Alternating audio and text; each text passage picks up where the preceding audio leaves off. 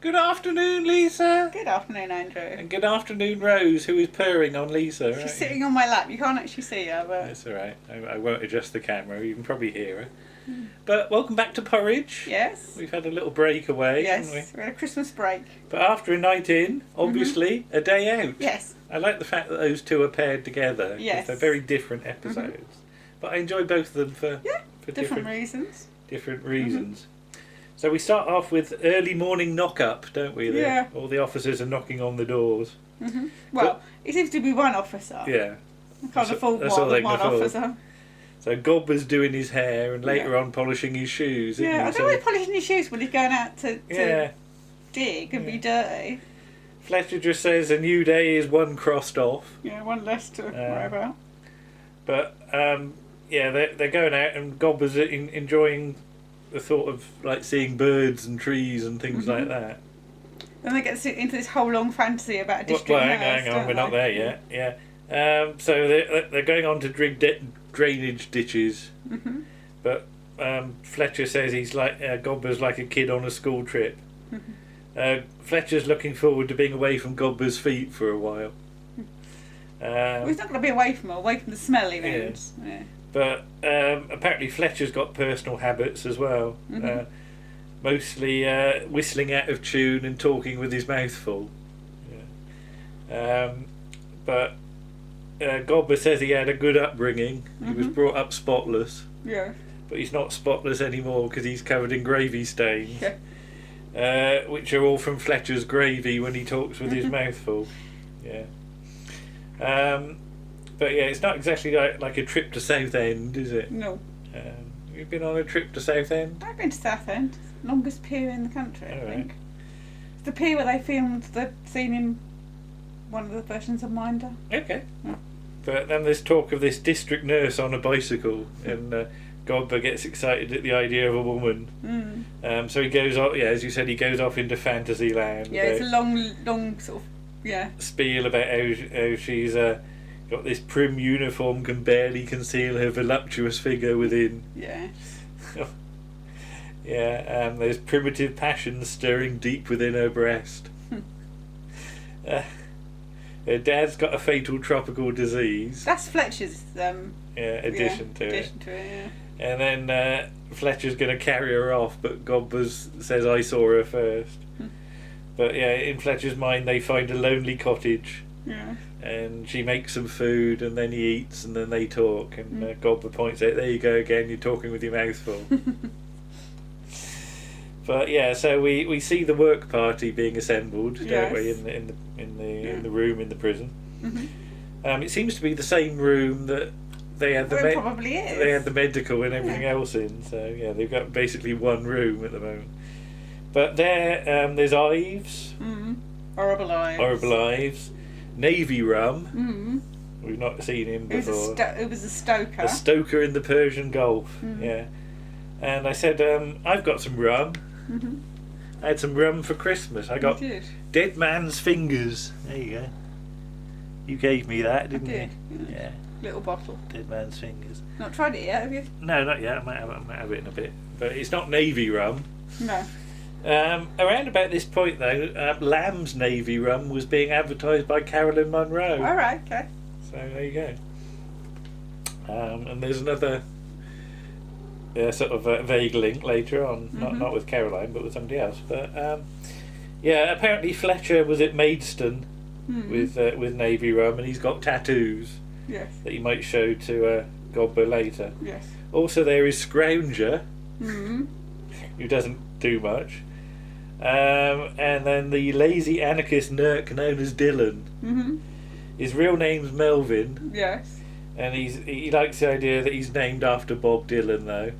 But they've actually named him after the hippie rabbit from the Magic Roundabout. He's got all long hair and he's tie-dyed his uniform. 70s was quite into tie-dyeing, wasn't it? Yeah. Did you ever do it or not? No. I think I did it at school. No, because I was only very small in the 70s. So. I like the way that Mr. Barraclough's ears prick up at the Magic Roundabout as well.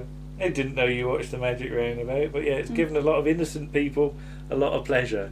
And us too. And also a lot of guilty people a lot of Fletcher. Also, Mr. Barraclough mentions his botany class again, where you can see the flowers.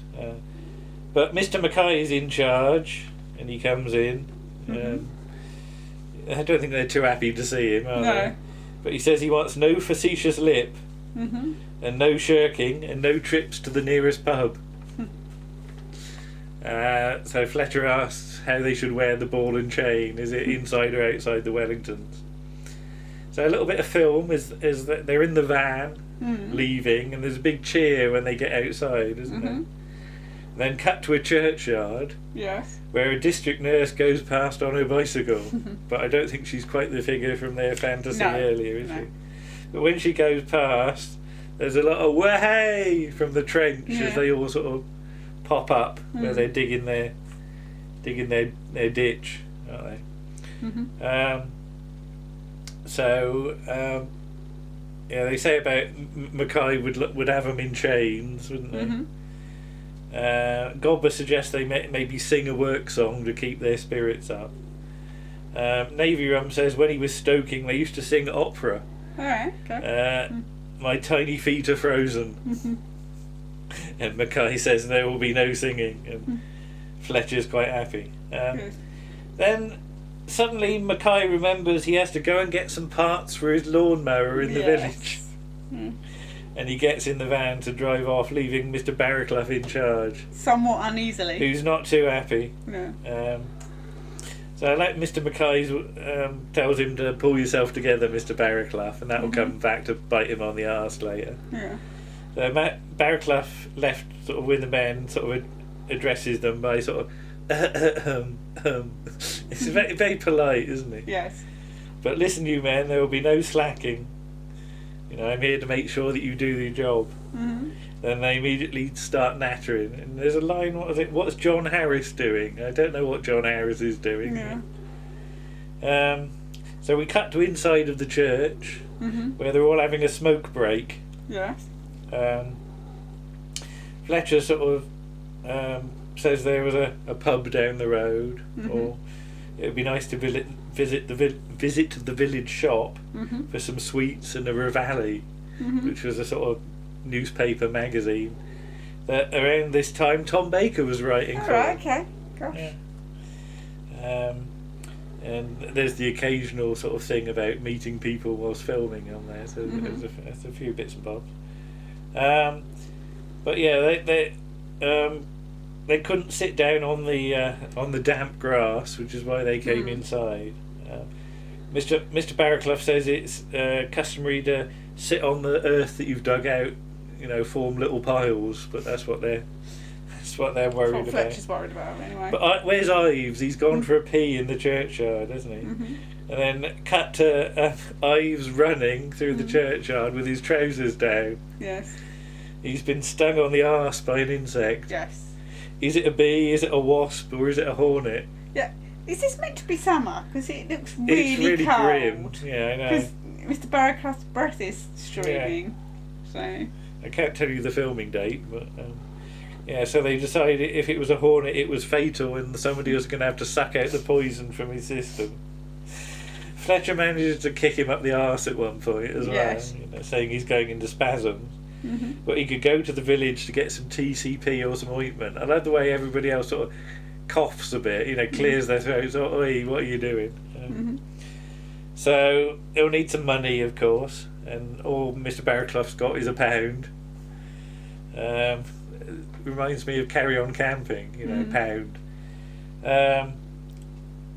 So yeah, cut to Fletcher in the pub, where he gets the first of several pints. Yeah. I suppose £1 was more money there. Well, yeah, he gets 2 pints. There is a third pint, but he doesn't pay for it. No. And there's 6 packets of crisps as well. Blimey, yeah. So he downs it in one. I think that's done with one of those joke glasses that you could get on television, where you've got the glass, and then it's just got another bit of glass inside. So all you've got is like a sort of circle of beer. You don't actually have to drink a whole pint. Just for that one shot, because imagine the retakes if you. Yes. Yeah. Didn't we see Colin Baker as Inspector Morse. He kept on drinking pints, didn't Yeah, I don't think he drawed down. he? I don't know whether he had a joke glass or not. No. He seemed to get through 2 or 3 doing that, didn't he? It wouldn't be real beer anyway. No. But, yeah, so he gets his cheese and onion crisps, which are Golden Wonder. Yeah, and green. I miss Golden Wonder. And they're the right colour because cheese and onion should be green, it shouldn't be blue. Salt and vinegar is blue. Yeah, but then you get nowadays. Yeah, I know. I get confused because if I pick up a green packet and it's salt and vinegar, McCoy's have got it right because Yeah. McCoy's are green for cheese and onion. but yeah, if I pick up green and it's not the one I think it should be, it's confusing. Because Golden Wonder made a bit of a comeback a few years ago. Well, they got taken over by Walkers, Yeah. didn't they? So. But you could get them in Tesco's for a while, because their salt and vinegar is really very strong, and I like that. But yeah, hey, anyway. So there's some talk about a new bypass, which is what Fletcher claims he's working on. Yeah. Because there's a motorway. The pub landlord says it's all National Trust. The pub landlord being Ralph Watson from that's The true. Wave of Fear and Horror Fang Rock and Monster of Paladin. But enter Robert Gillespie as the vicar and the verger as well. And they talk about the prison and the 600 criminals. But Robert Gillespie says you mustn't prejudge tolerance and compassion and all that. I love the way he's put on his posh vicar's voice. Then later on you find out that's not his real voice at all. That's his official vicar's voice. Yes. So what's that say? I don't know. Put off, vicar. What? Put off, vicar. Oh. The vicar invites them round for evensong, doesn't he? You and your chums, and Fletcher says we'll come if we're free. Then enter Mr. Mackay, who is clearly known in the pub.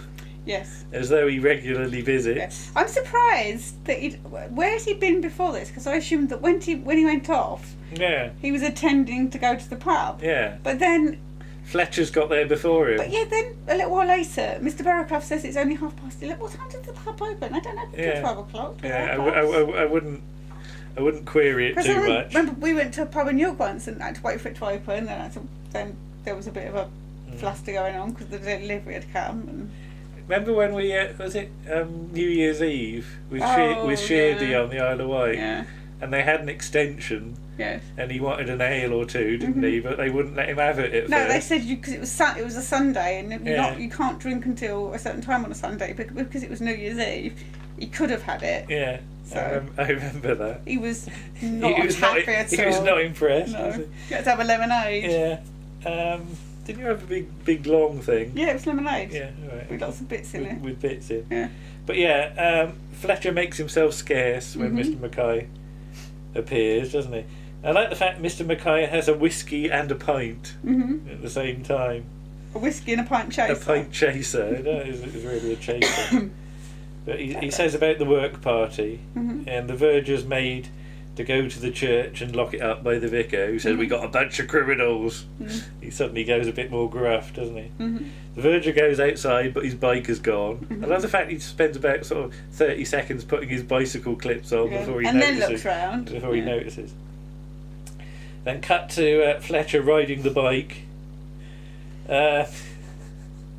and somehow he's got the pint glass in his pocket or in the inside jacket. But or has he got it in his? Because he's got dungarees. Has he got it in the big pocket? The pouch. Dungarees. What, like a little baby kangaroo? Yeah, but a pint. Yeah, and then he chucks the glass over the wall, doesn't he? And there's a bar from a sheep. In the church, Navy Rum is showing off his tattoos of Daphne. I'll always... No, not in here, son. Whatever it is, it's rude. He claimed that there was going to be a violent storm, so they had to shelter in the church again. Love the way they keep getting out. So Fletcher arrives, but without any ointment, because he says the shop shut at 11:30. Because they get up early in the country and they get hungry. Yeah, they worry about will they have to bury Ives in the reservoir if he dies of his sting. Then the the crisps are handed out. Their wives isn't allowed any, cause, No. you know. And then they find out that they're locked in church. Yes. So the verger and Mackay meet up, and the verger says about his stolen bike, and Mackay notices that all the prisoners are missing. Back in the church, the vestry door is also locked. They can't break the window because it's 400 years old, because you'd be a Palestine if you did that. They can't really ring the bell because it's ancient, and it would make the villagers think they were marauding Scotsmen from the 16th century, pillaging the crops and ravishing the women. Fletcher can't sort of really help because all he can do is break and enter. He can't break and get out. An exit, yeah. Or so he claims, anyway. Mackay phones the chief officer, Mr. Barrett, on a real old-fashioned dialy phone. But Mr. Barrett reckons that Mackay's judgment is impaired, and given that he's had, at least. Well, he's probably had more than we've seen, hasn't he? Because he's a bit slurry when he sort of speaks a bit. I like the fact that when he's on the phone to Mr. Barrett, he has to repeat his name, Mackay, as though Mr. Barrett's never heard of him.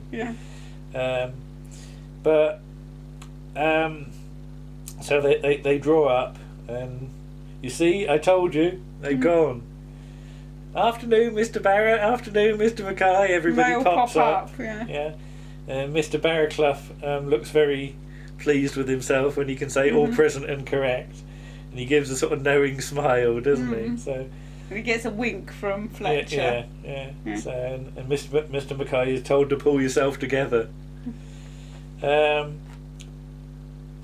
back at the prison, Mackay is saying how he's been dropped in it and put upon from a great height, and although he's going to absorb it, he's going to make sure everybody down the line suffers.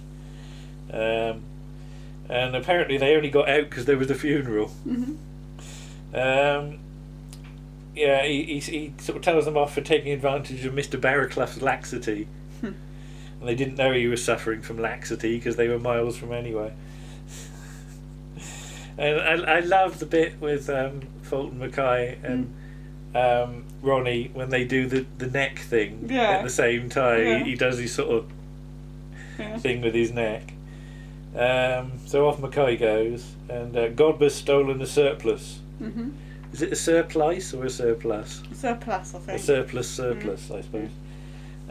He stole it from the church to fulfill a need that he's had for some time. It's to protect him from the gravy stains when Fletcher talks with his mouth full, and he's about to get thumped when it freeze frames. But I really think those two episodes work together. well as a pair. And I just do like just seeing the outside world ever so briefly. You don't see it much obviously in this show, but just on the odd occasion that you do see it, it just adds a bit of realism to it. And nice to see Robert Gillespie, of course, always. And extra points for the pint and the crisps. I always like seeing crisps in shows. So you like that one? Yeah. It's good.